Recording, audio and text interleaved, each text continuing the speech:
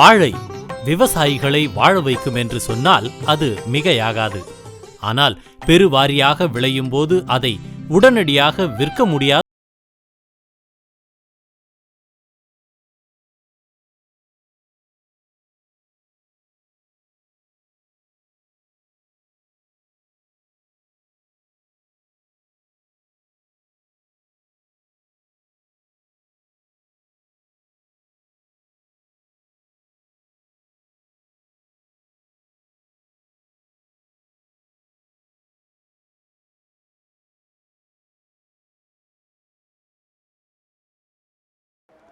என்னோட பேர் ஜி அஜித்தன். நான் ஒரு வாழை விவசாயி. அதோடு இல்லாமல் தமிழ்நாடு வாழை உற்பத்தியாளர் நிறுவனம் என்ற அமைப்பினுடைய மேலாண்மை இயக்குனராக பணியாற்றிட்டு வரேன். இந்த நிறுவனம் 2014 ஆரம்பிக்கப்பட்டது. அத்தோடு இல்லாமல் இந்த நிறுவனத்தினுடைய சிறப்பு என்னவென்றால், தமிழ்நாடு வாழை உற்பத்தியாளர் கூட்டமைப்பு என்று ஏற்கனவே 2005 ஆரம்பிக்கப்பட்ட ஒரு அமைப்பை தமிழ்நாடு வாழை உற்பத்தியாளர் நிறுவனமாக இதுவரை ஒரு சேவை நோக்கிலே செயல்பட்டு கொண்டிருந்த கூட்டமைப்பு வர்த்தக ரீதியிலே உழவர் உற்பத்தியாளர் நிறுவனத்தை துவங்கி செயல்பட்டு வருகிறது. அதனுடைய அங்கமாக இருக்கிறது திருச்சிராப்பள்ளி மாவட்டத்திலே தொட்டியம் வாழை உற்பத்தியாளர் குழு. முதலில் வாழைப்பழங்களை சேதமில்லாமல், அறுவடைக்கு பின் சேதமில்லாமல் நுகர்வோருக்கு விற்பனை செய்வதிலே பல்வேறு சவால்கள் இருந்தது. இந்த சவால்களுக்கு முக்கிய காரணம் ரகங்கள்.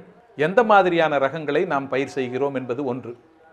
ரெண்டாவது, அறுவடையிலிருந்து விற்பனை வரை எப்படி அந்த பழங்களை நாம் சேதமில்லாமல் எடுத்து சென்று சந்தையிலே விற்பனை செய்து நுகர்வோருக்கு கொடுக்கிறோம் என்கிற ஒரு சவால். இந்த சவால்களுக்கு நிறைய கட்டமைப்புகள் தேவையாக இருந்தது. அந்த கட்டமைப்புகளை எல்லாம் அமைப்பதற்கு கிடைப்பதற்கு முன்னால் இந்த வாழையை உற்பத்தி ஆகக்கூடிய இடங்களில் வயல்வெளி அளவிலேயே சிறிய அளவிலே மதிப்பு கூட்ட வேண்டும் என்ற அளவிலே பல்வேறு தொழில்நுட்பங்களை நாங்கள் தேடி அலைந்தோம். அதை தேடி அலைந்த போது குறைந்த செலவில் பழங்களை பாதுகாப்பது என்று வரும்பொழுது நமக்கு பாட்டிமார் காலத்தில் செய்த ஒரு செயல்பாடுகள் நினைவுக்கு வருகிறது. அன்றாடம் வீட்டில் என்ன பண்ணுவாங்க, எந்த பொருள் நல்ல ருசியான தரமான பொருளாக இருந்து நாம் உண்டது போக மீதம் இருந்திருந்தால் அவைகளை மேற்கூரைகளில் வச்சு வடகம் போடுற மாதிரி பதப்படுத்துவாங்க. இந்த பதப்படுத்துவதுன்னு பார்த்தீங்கன்னா 2 தொழில்நுட்பம். ஒன்று குளிர்பதனம், இன்னொன்று உலர்பதனம். குளிர்பதனம் அப்படின்னா நமக்கு குளிரூட்டுவதற்கு நம்ம போத வெப்பமண்ட நாடுகளில் மின்சாரத்தை வச்சு இன்றைக்கி வீடுகள் தோறும் ஃப்ரிட்ஜ் வச்சுருக்காங்க, அதில் வச்சு பதப்படுத்தி வைப்பாங்க. இன்னொன்று உலர்பதனம். உலர்பதனம்ங்கிறது என்னன்னாக்கா, அந்த காலத்தில் கூரை வீட்டில் மேற்கூரையில் என்ன மீந்து போனதோ அவைகளை எல்லாம் வடகம் போடுறது, வத்தல் போடுறதுங்கிற மாதிரி கதிரொலியில் உலர வைப்பது. இந்த தொழில்நுட்பம் தாங்க இதுக்கு ஒரு அடிப்படை. இந்த காஸ்ட் எஃபெக்டிவ் என்று சொல்கிறார்களே, அந்த அளவுக்கு குறைந்த செலவில் பழங்களை, நல்ல பழுத்த பழங்களை கதிரொலி உலரகம். இந்த கதிரொலி உலரகங்கிறது என்ன அப்படின்னாக்கா, ஒரு தொழில்நுட்பம், மேநாட்டு தொழில்நுட்பம் தான். ஆனால் புற ஊதா கதிர்கள் சூரியனிலிருந்து வரக்கூடிய உஷ்ணம், இந்த உஷ்ணத்தில் இருக்க புற ஊதா கதிர்கள் இருக்குது. இந்த புற ஊதா கதிர்கள் என்ன ஆகுதுன்னாக்கா, அதை காய வைக்கும்போது நிறம் மாற்றுது, ருசியை மாற்றுது, இந்த மாதிரியான பிரச்சனைகள் வருது. அந்த புற ஊதா கதிர்களினுடைய தாக்கம் இல்லாமல் பழங்களை பதப்படுத்த வேண்டும், காய வைக்க வேண்டும். அப்படிங்கும் பொழுது பார்த்தீங்கன்னா அந்த உலர் கூடாரங்கள், அந்த உலர் கூடாரங்களில் புற ஊதா கதிர்களை வடிகட்டக்கூடிய மேற்பூச்சி இருக்கிறது. அதை பாலிகார்பனேட் என்று சொல்வார்கள். இந்த பாலிகார்பனேட் என்கிற சொல்லக்கூடிய இந்த தகடுகளில் புற ஊதா கதிர்களை வடிகட்டக்கூடிய ஒரு மேற்பூச்சை கொடுத்து இந்த உலரகங்களை வடிவமைத்திருக்கிறார்கள். அந்த வடிவமைக்கப்பட்ட இந்த உலரகங்களில் பழங்களை காய வைக்கும் பொழுது நிறம் மாறாமலும் சுவை மாறாமலும் நீர்ச்சத்தை மட்டும் ஆவியாக்கக்கூடிய தொழில்நுட்பம் இந்த தொழில்நுட்பம். இதில் வாழைப்பழங்கள் மட்டுமல்ல, நம்முடைய விவசாயிகள் விளைவிக்கக்கூடிய காய்கறிகள், பழங்கள், கீரைகள், இன்னும் சொல்லப்போனால் நம்ம துணிகளை கூட உலர வைக்கலாங்க அந்த ட்ரையரில். அந்த அளவுக்கு இது ஒரு எளிமையான தொழில்நுட்பம். ஒரு விவசாயிகளுக்கு எளிமையான தொழில்நுட்பம் வேண்டும். அப்பதான் அவங்க வந்து விலை அதிகம் செலவாகாமல் விளைபொருள்களை நம்ம விற்பனை செய்ய முடியும். அந்த வகையில் இந்த தொட்டியம் வாழை உற்பத்தியாளர் குழு இந்த கதிரொலி உலரகங்களை அமைச்சு அந்த பழங்களை காய வச்சு விற்பனை பண்ணோம். இந்த விற்பனைன்னு வரும்பொழுது பார்த்தீங்கன்னா மிக முக்கியம், அந்த விற்பனைங்கும்போது அதற்கு பெயரிட்டு அழைப்பது. இப்போ ஒரு தரம் அப்படின்னு சொன்னால் இந்த பெயருக்கு பின்னால் இந்த தரம், அதைத்தான் பிராண்டிங்னு சொல்கிறாங்க. ஒரு பெயருக்கு பின்னால் அந்த தரம் இருக்கும் அப்படிங்கிற வகையில் அதை இலச்சினை என்று கூட தமிழில் அழகாக குறிப்பிடுவாங்க. இந்த இலச்சினையை நீங்கள் குறிப்பிட்டு ஒரு தரம் என்பதை உறுதி செய்து நீங்கள் விற்பனை செய்யும் பொழுது நுகர்வோர்களுக்கு சந்தேகம் இல்லாமல் ஆர்வத்துடன் இந்த பொருள்களை வாங்கி பயன்படுத்துவார்கள். அந்த மாதிரியான இதற்கு ஒரு பிராண்டிங் தயார் பண்ணுறோம். ஒரு அளவு நிர்ணயிச்சு நாம் அதை வந்து ஒரு பேக்கிங் செஞ்சு அதுக்கு ஒரு பிராண்டிங் கொடுக்குறோம். அப்படி பிராண்டிங் கொடுக்கும் பொழுது இந்த பகுதியில் இருக்கக்கூடிய நம்முடைய பாரம்பரியமான ரகங்கள், இந்த பாரம்பரியமான இடம், இந்த மாதிரியான ஒரு ஜியோகிராஃபிக்கல் இண்டிகேட்டர், பூகோள ரீதியாக இந்த பகுதியை குறிப்பிடும்படியாக இருக்க வேண்டும் என்று நினைத்தோம். இந்த தொட்டியம் பகுதியில் மிகச்சிறந்த ஒரு மிக சிறப்பு வாய்ந்த ஒரு ஆலயம் இருக்கிறது. அது மதுரை காளியம்மன் என்று காளியம்மனுடைய ஆலயம் இருக்கிறது. இந்த மதுரை காளியம்மன் அப்படிங்கிற பெயரை முன்னிறுத்தி இந்த அமைப்புக்கு மதுர் ஃப்ரூட்ஸ் அப்படின்னு பெயர் வச்சோம். இந்த பெயருக்கு தகுந்தாமல் தரமாக இங்கு விளையக்கூடிய காவிரியில் கரையோரத்தில் இருக்கக்கூடிய வாழை இந்த தொட்டியம் பகுதியில் பாரம்பரியமாக பூவன், கற்பூரவல்லி, ரஸ்தாளி, நேந்திரன் போன்ற பாரம்பரிய ரகங்களை அதிகமாக பயிர் செய்கிறாங்க. அந்த ரகங்களை மதிப்பு கூட்டுதல், பிராண்டிங் சொல்லக்கூடிய பெயரிட்டு தரத்தை மேம்படுத்தி விற்பனை செய்தல். இன்னும் சொல்ல போனால் இந்த வாழைப்பழங்கள் உடனடியாக சத்தை கொடுக்கக்கூடியது.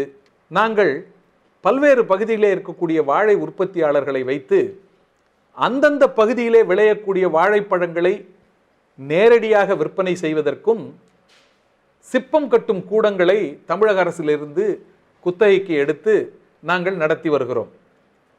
தேனி மாவட்டத்திலே கம்பம், சின்னமனூர் மற்றும் திருச்சிராப்பள்ளி மாவட்டத்திலே எம்புத்தூர், தருமபுரி மாவட்டத்திலே போச்சம்பள்ளி, கோயம்புத்தூர் மாவட்டத்திலே சூலூர் போன்ற பகுதிகளெலாம் இருக்கக்கூடிய சிப்பம் கட்டும் கூடங்கள் தமிழக அரசு நிறைய இடங்களிலே இப்போது அழுகும் பொருட்களான காய்கறிகளுக்கும் பழங்களுக்கும் அவைகளை அறுவடைக்கு பிந்திய நேர்த்தி செய்து, பின்னேர்த்தி என்று சொல்வார்களே, பின்னேர்த்தி செய்து அவைகளை சந்தைப்படுத்தும் பொழுது விவசாயிகளுக்கு வருமானம் கூடும் என்ற வகையிலே கட்டமைப்பு வசதிகளை எல்லாம் ஏற்படுத்தி இருக்கின்றன.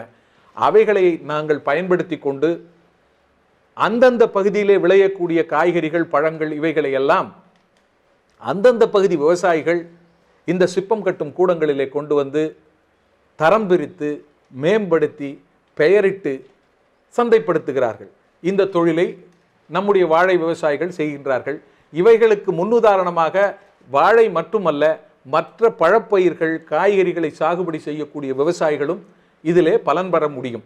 நம்முடைய பாரம்பரிய ரகங்களும் சரி, இந்தியாவிலே விளையக்கூடிய பழங்களையும் சரி, ஐரோப்பிய சந்தையை எட்டி பார்ப்பது என்பது காணல் நீர் போலவே இருக்கிறது. காரணம் என்னவென்று சொன்னால், ஐரோப்பிய நாடுகளிலே உள்ள கட்டுப்பாடுகள் உலக அளவிலே மிகவும் பிரசித்தம், மிகவும் கடுமையானது. அந்த அளவிலே நாம் தரமான வாழைப்பழங்களை உற்பத்தி செய்கிறோம். தமிழகத்தின் மட்டுமல்ல, இந்திய நுகர்வோருக்கு வடமாநிலங்களுக்கு சென்று சேரும் அளவுக்கு அந்த பழங்களை கொண்டு சென்று விற்பனை செய்வதற்கு உண்டான வசதிகள் வேண்டும் என்ற ஒரு கோரிக்கை, நீண்ட நாள் கோரிக்கை இருந்தாலும் கூட, கடல் கடந்து வெளிநாட்டுக்கு அவர்களுடைய தரத்திற்கு இணையாக நாம் உற்பத்தி செய்து அவர்களுக்கு விற்பனை செய்ய முடியுமா என்ற அச்சம், ஐயம் விவசாயிகளிடம் அதிகம் இருந்தது. அதற்கு வாய்ப்பாக ஐரோப்பிய நிறுவனம் சொன்ன இத்தாலியைச் சேர்ந்த ஒரு துறைமுக நிறுவனம் ஒன்று எங்களுக்கு ஒரு திட்டத்தை கொடுத்தது. அதாவது கம்பி வட கடத்தி என்று ஒரு திட்டம். அதாவது தோட்டத்தில் அறுவடை செய்கிறோம் வாழைத்தார்களை. இந்த அறுவடை செஞ்ச வாழைத்தார்களை என்ன பண்ணுறாங்க, தலையில் சுமந்து வராங்க, இல்லைன்னா தோளில் சுமந்து வராங்க. இப்படி சுமந்து வரும்பொழுது அவர்கள் தோளில் சுமந்து வரக்கூடிய பழங்கள் சேதமடைய வாய்ப்பு இருக்கிறது. அத்தோடு அல்லாமல் அந்த வெயிட்டான தார்களை, அந்த எடை அதிகம் உள்ள தார்களை சுமந்து வர்றதுனால அவங்களுக்கு சோர்வு ஏற்படவும் காரணமாக இருக்கிறது.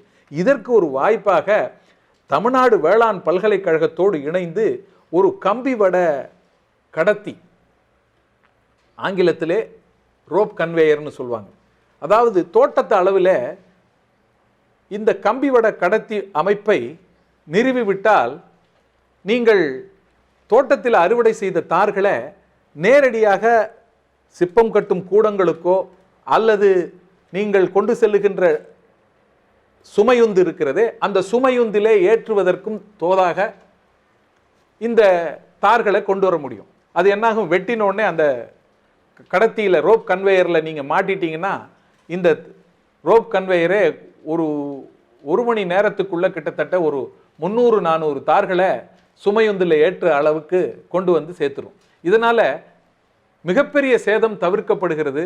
அத்தோடு அல்லாமல் ஆட்கள் பற்றாக்குறை, இந்த மாதிரி விஷயத்தில் அறுவடையை உரிய காலத்திலே செய்ய வேண்டியிருக்கு. ஏன்னா இது அழுகும் பொருள், உரிய நேரத்திலே அவைகள் சிப்பமிடப்பட்டு சந்தைக்கு போகணும். இந்த பச்சை வாழை ரகங்கள் ஐரோப்பிய சந்தையிலே பெரிய பன்னாட்டு நிறுவனங்கள் எல்லாம் சந்தைப்படுத்தி வருகின்றன. நமது நாட்டிலும் இந்த கிராண்ட் 9 என்று சொல்லக்கூடிய வாழை ரகம் விளைந்துதான் வருகிறது. அது பார்த்தீர்களே ஆனால் பச்சை வாழை என்று சொல்வார்கள், ஆனால் வெளிர் மஞ்சள் நிலத்தில், இன்னும் சொல்ல போனால் கோல்டன் எல்லோ கலரில் இருக்கும். இதை பார்க்கும் பொழுதே நிறைய இயற்கை ஆர்வலர்கள் இது விஞ்ஞான முறைப்படி அல்ல, இயற்கை முறையிலே பழுக்க வைக்கப்பட்டவை அல்ல அப்படிங்கிற மாதிரியான ஒரு பொய் பிரச்சாரத்தை சொல்லிடுறாங்க. இது என்ன அப்படின்னாக்க, இந்த ஒரு சந்தேகம் என்ன காரணம் அப்படின்னாக்க, பச்சை ரகங்களாக இருக்கிறது. அதில் காரணம் என்னன்னா, பச்சை வாழையினுடைய தோலில் பச்சையம் அதிகமாக இருக்கிறது. இந்த பச்சையம் அதிகமாக இருக்கிறதுனாலே உள்ளே இருக்கக்கூடிய அந்த பழம் பழுத்தால் கூட அந்த தோல் பச்சை நிறத்தில் தான் இருக்கும். இதற்கு என்ன கண்டுபிடித்தார்கள்? விஞ்ஞான ரீதியாக இந்த பழங்களை பழுக்க வைக்கக்கூடிய வேதிப்பொருள் எத்திலின் வாயு. இந்த எத்திலின் வாயுவை சரியான சீதோஷ்ண நிலத்திலே வைத்து செலுத்தும் பொழுது, அளவு நிர்ணயிக்கப்பட்ட அளவிலே செலுத்தும் பொழுது இந்த பழங்களில் உள்ள பச்சையம் மஞ்சளாக மாறுகிறது. இந்த மஞ்சளாக மாறும் பொழுது அழகாகவும் கண்ணுக்கு பார்க்கறதுக்கு ரொம்ப அழகாக இருக்கு. பழங்களினுடைய சுவையும் மாறாமல் இருக்கிறது. இந்த தொழில்நுட்பத்தில் என்னன்னா, சமசீதோஷ நிலை, சீரான வெப்பநிலையில் இந்த பழங்களை பழுக்க வைக்கும் பொழுது இந்த மாதிரியான ஒரு நிறமாற்றம் ஏற்பட்டு பழங்களினுடைய வைப்பு திறனும் அதுக்கு தந்தாப்புல கூடுதே ஒழிய வேற ரசாயன மாற்றங்கள் எதுவும் இதிலே ஏற்படுவதில்லை. இது விஞ்ஞான பூர்வமாக பரீட்சை செய்து பார்த்து அறிவிக்கப்பட்ட விஷயம். அதனால பழங்களினால் எந்த விதமான தீங்கும் இல்லை, அதை சாப்பிடுபவர்களுக்கு எந்த தீங்கும் ஏற்படுவதில்லை. அந்த பச்சை வாழை ரகங்களை இங்கு உள்ள கம்பிவட கடத்தி, தமிழ்நாடு வேளாண் பல்கலைக்கழகம் வடிவமைத்த கம்பிவட கடத்தி மூலம் ஒரு நிர்ணயிக்கப்பட்ட தோட்டத்திலே, ஒரு அமைக்கப்பட்ட தோட்டத்திலே இருந்து அந்த பழங்களை சிப்பம் கட்டும் கூடங்களுக்கு எடுத்து வந்து அவைகளை சிப்பமிட்டு பேக்கிங் செய்து 26 நாள் கடல் வழி பயணம். இந்த பழங்கள் சாதாரணமாக நீங்கள் பார்த்தீர்களேயானால் வீட்டிலே ஒரு சீப்பு வாழைப்பழம் வாங்கி வச்சோம்னா ஒரு வாரத்தில் அது வீணா போடும். அப்படி இருக்கும்பொழுது 26 நாள் கடல் வழி பயணம் மேற்கொள்ள வேண்டும் என்றால் அந்த பழங்களை எந்த அளவுக்கு பாதுகாப்பாக, என்ன மாதிரியான முதிர்ச்சியிலே அறுவடை செய்ய வேண்டும், அறுவடைக்கு பின்சை நேர்த்திகள் எந்த வகையிலே செய்ய வேண்டும் என்கிற தொழில்நுட்பத்தை தேசிய வாழை ஆராய்ச்சி நிலையத்தினுடைய விஞ்ஞானிகள், தமிழ்நாடு வேளாண் பல்கலைக்கழகத்தினுடைய தோட்டக்கலைத்துறை விஞ்ஞானிகள் எல்லாம் சேர்ந்து நமக்கு கொடுத்தார்கள். அவைகளை கையாண்டு அந்த பழங்களை அருமையாக சிப்பமிட்டு கடல் வழியாக 26 நாள் பயணம் சென்று இத்தாலிய நாட்டுக்கு அனுப்பி வைக்கப்பட்டது. அந்த நாட்டிலே 30வது நாள் அந்த பழங்களை விஞ்ஞான பூர்வமாக பழுக்க வைத்து வெற்றிகரமாக அங்கு உள்ள குழந்தைகளுக்கு கொடுப்பதிலே மிகப்பெரிய விளம்பரம் ஏற்பட்டது. இந்திய பழங்கள் இந்த அளவுக்கு சுவை உள்ளதா என்பதை அந்த நாட்டில் உள்ள குழந்தைகள், பெரியோர்கள் எல்லோருமே உணவை சுவைத்து பார்த்து ஆச்சரியப்பட்டார்கள். வர்த்தக வாய்ப்புகள் பெருகிக்கொண்டே வருகின்றது. அதனாலே நமக்கு சந்தை வாய்ப்புகள் விரிவடைந்து கொண்டிருக்கின்ற சூழ்நிலையிலே விவசாயிகள் இந்த நேரத்திலே நாம் இதை வாய்ப்பாக பயன்படுத்தி கொள்ள வேண்டும் என்று சொன்னால், அறுவடைக்கு முன் நாம் செய்ய வேண்டிய வேலைகள் என்ன, எந்த ரகம் சந்தையிலே நன்றாக விற்கிறது, அந்த ரகத்தினுடைய கன்றுகளை தேர்வு செய்து வயலிலே நடுவது, தேவையான உரங்கள், தேவையான நீர், தேவையான காப்புகளை சரியானபடி செய்து அறுவடைக்கு பின் பழங்கள் பூக்கள் சீப்புகளாக வந்தபின் என்ன செய்ய வேண்டும், அதற்கு உண்டான தொழில்நுட்பங்களை கையாண்டு அறுவடை செய்து பழங்களை உணவுப் பொருளாக பாதுகாப்பாக சிப்பமிட்டு சந்தைக்கு அனுப்பும் பொழுது விவசாயிகளுடைய வருமானம் இருமடங்கு என்ன மும்மடங்கும் பெறுவதற்கு வாய்ப்பு அமைகிறது என்பது எந்த ஏற்றுமதியிலிருந்து எங்களுக்கு தெளிவாக புரிந்தது. இந்த விஷயத்தை வாழை சாகுபடி செய்யக்கூடிய ஒவ்வொரு விவசாயிக்கும் தெளிவாக எடுத்துச் சொல்லி அதனுடைய விளைவாக இன்றைக்கு சிப்பம் கட்டும் கூடங்களை விவசாயிகள் அணுகக்கூடிய அளவிலே இன்றைக்கு தொழில்நுட்பங்கள் மேம்பட்டிருக்கிறது, சந்தை வாய்ப்புகள் பெருகி இருக்கிறது. இந்த சூழ்நிலையிலே தமிழ்நாடு வாழை உற்பத்தியாளர் நிறுவனத்தின் மூலமாக இந்த சிப்பங்கட்டும் கூடங்கள் தமிழகத்திலே பல்வேறு பகுதிகளிலே அமைந்திருக்கிற கூடங்களில் வாழை விவசாயிகள் அவை முழுமையாக பயன்படுத்தி கொண்டு பழங்களை சேதமில்லாமல் அறுவடைக்கு பின் சரியாக சிப்பமிட்டு வலை கூடைகளிலும் சரி அல்லது அட்டை பெட்டிகளிலும் சரி சிப்பமிட்டு சந்தைக்கு அனுப்பும் பொழுது கண்டிப்பாக அவர்களுக்கு நிகர வருமானம் கூடும். இதை வாய்ப்பாக அமைத்து இந்த வாய்ப்பை நல்ல முறையிலே பயன்படுத்தி கொள்ள வேண்டும். அது மாதிரி பயன்படுத்தி கொள்ளும்போது எதிர்காலம் இப்படித்தான் இருக்கிறது. நாம் பாடுபட்டு சாதாரணமாக ஒரு வாழைப்பழத்தை நாம் உற்பத்தி செய்ய வேண்டும் என்றால் சராசரியாக 200 லிட்டர் தண்ணீர் தேவைப்படுகிறது. வாழையில் இலையில சாப்பிட்டு பழக்கம். அதனால இன்றைக்கு வாழை இலை வீட்டுக்கு பின்னால் ஒரு வாழை மரத்தை நட்டு வச்சுருந்தா அவசரத்துக்கு இலையாகும். மரத்திலிருந்து பூ வரும், அப்புறம் காய்கள் வரும். அப்புறம் பார்த்தீங்கன்னா அந்த ஆண் பூ அப்படின்னு சொல்லக்கூடியல தாரெல்லாம் வந்து கீழே இருக்கும். அந்த பூவில் ஏகப்பட்ட மருத்துவ குணங்கள் இருக்குது. அந்த பூவை சமைக்கணும், சமைச்சு சாப்பிடணும் அப்படின்னா அறுசுவை சொல்கிறோம் இல்லையா, நம்ம காரம் ரெகுலராக இருக்கும், மிளகாப்பொடி போடுறோம், உப்பு எல்லாமே இருக்குது, இனிப்பு தேவையே பிரச்சனை இல்லை, எல்லார் வீட்லேயும் டெய்லி காலையில் கடிக்கிற காப்பியிலேருந்து சர்க்கரை போட்டு குடிக்கிறோம். ஆனால் இந்த துவர்ப்புங்கிற ஒரு சுவை இருக்கே, இந்த சுவையை நாம் அதிகம் பயன்படுத்துறது இல்லை. ஏன்னா அதில் நிறைய விஷயங்கள் இந்த துவர்ப்பில் இருக்கக்கூடிய மருத்துவ குணங்கள் இருக்கே, அதை பற்றி இன்னும் சித்த மருத்துவர்கள் நிறைய சொல்லியிருக்கிறாங்க. அதனால் இந்த துவர்ப்பு இருக்கக்கூடிய வாழைப்பூவினுடைய பாகங்களை நன்றாக சுத்தப்படுத்தி எடுத்து அதிலிருந்து ஊறுகாய் தயார் பண்ணியிருக்கிறோம்.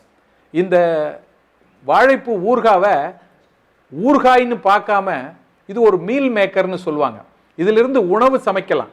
என்ன விஷயம்னா நல்ல அரிசி சோறை தயார் பண்ணி இந்த மீல் மேக்கரில் இந்த வாழைப்பூ சாதம் தயார் பண்ணலாம். தாய்மார்களுக்கும் சரி, இன்னும் சொல்ல போனால் நிறைய அதில் மருத்துவ குணத்தை ஒரு மருத்துவர் சொல்ல கேட்டிருந்தா இன்னும் கொஞ்சம் கூட நல்லா இருக்கும். அந்த மாதிரி விஷயங்கள், அது மாதவிடாய் காலங்களில் அவங்களுக்கு வெள்ளைப்படுதல் எல்லாம் இந்த பிரச்சனைகள் தீருங்கிற விஷயங்கள் எல்லாம் மருத்துவர்கள் நன்றாகவே சொல்லி இருக்கிறாங்க. துவர்ப்பு சுவை பல வகையிலே மனிதனுக்கு நல்ல ஆரோக்கியத்தை கொடுக்கக்கூடியது. அந்த மாதிரியான வாழைப்பூவை எடுத்து கொண்டு வந்து அதிலிருந்து ஒரு மீல் மேக்கர், ஒரு ஊறுகாய் என்ற அளவிலே கொண்டு வந்திருக்கோம். இதை ஊறுகாயின்னு உணவுக்கு சேர்ப்பு உணவாக எடுக்கிறத தவிர இதை முழு உணவாகவே நீங்கள் வாழை அரிசிச்சோரோட கலந்து சாப்பிடும்போது ரொம்ப நல்லா இருக்குங்க. அந்த மாதிரியான ஒரு பொருளையும் தயார் பண்ணுறோம். வாழையில் இருக்கக்கூடிய இதோட இல்லாமல் வாழைத்தண்டில் இருந்து ஜூஸு, வாழைத்தண்டில் இருந்து கிடைக்கக்கூடிய அந்த ஃபைபர்னு சொல்லக்கூடிய நார்ச்சத்து, அது அதிகம் இருக்கக்கூடிய பிஸ்கட், இப்படி வாழையிலிருந்து பலவிதமான உபரி பொருள்களை தயார் பண்ணும்போது நாம் சொல்லுவது என்னவென்றால், விவசாயிகளுக்கு கூடுதலாக வருமானத்தை அதிகரிக்க வேண்டும் என்று சொன்னால் அவர்கள் விளைவிக்கக்கூடிய விளைபொருள், அதிலிருந்து கிடைக்கக்கூடிய கழிவுகள், அதிலிருந்து மனிதனுடைய ஆரோக்கியத்திற்கும் உணவுக்கும் தேவையான உணவுப் பொருள்களை பிரித்தெடுத்து நாம் மதிப்பு கூட்டி விற்பனை செய்யும் பொழுது அவர்களுடைய ஒட்டுமொத்த வருமானத்தை அதிகரிக்க வாய்ப்பாக அமையும். அந்த வகையில் இந்த மாதிரியான விஷயங்கள், இது என்ன இன்னும் முக்கியமாக சொல்ல போனால் எங்களுடைய உழவர் உற்பத்தியாளர் நிறுவனத்தின் சார்பாக நிறைய பயிற்சிகளையும் கொடுக்கிறோம். இதையெல்லாம் எப்படி செய்கிறோம் அப்படிங்கிற பயிற்சிகளை அன்றாடம் நிறைய உழவர்கள், உழவர் உற்பத்தியாளர் குழுக்கள் தமிழகம் எங்கும் பல இடங்கள்லேருந்து வந்து தெரிஞ்சுக்கிட்டு போகிறாங்க. நாங்களும் அவ்வப்போது எங்களுடைய திறமைகளை வளர்த்து கொள்வதற்காக தேசிய வாழை ஆராய்ச்சி நிலையம், தமிழ்நாடு வேளாண் பல்கலைக்கழகத்தினுடைய தோட்டக்கலைத்துறை மூலம் இந்த மதிப்பு கூட்டுதல் சம்பந்தமான பயிற்சிகளிலே போய் பங்கெடுத்து அவற்றையும் தெரிந்து கொண்டு விவசாயிகளை சொல்லுவதற்கு மூலம் ஒட்டுமொத்த விவசாயிகளினுடைய வாழ்வாதாரம் மேம்படும் என்பதிலே தான் எங்களுடைய குறிக்கோளும் நோக்கமும் இருக்கிறது. அந்த வகையிலே எங்களுடைய தமிழ்நாடு வாழை உற்பத்தியாளர் நிறுவனம் சிறப்பாக செயல்பட்டு கொண்டிருக்கு.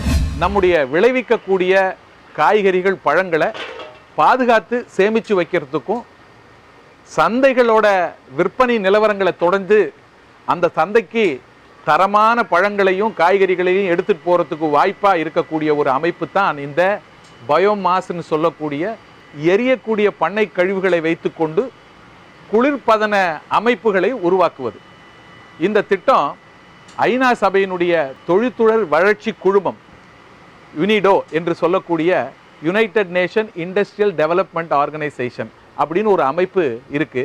இந்த அமைப்பின் மூலியமாக இந்திய தொழில்கள் கூட்டமைப்பு CIIன்னு சொல்லுவாங்களே, அந்த தொழில்கள் கூட்டமைப்பின் மூலமாக இந்த அமைப்பை இந்த பகுதியில் நம்ம விவசாயிகளுக்கு பயன்பெறும் வண்ணம் அமைச்சு கொடுத்துருக்குறாங்க. இந்த அமைப்பில் மிக முக்கியமான விஷயங்கள் என்னென்னா, இந்த வாழை சாகுபடியில் பார்த்தீங்கன்னா வாழைக்கு முட்டு கொடுக்கறதுக்காக மூங்கில் போடுவாங்க, சவுக்கு போடுவாங்க, டேப்பு கட்டுவாங்க.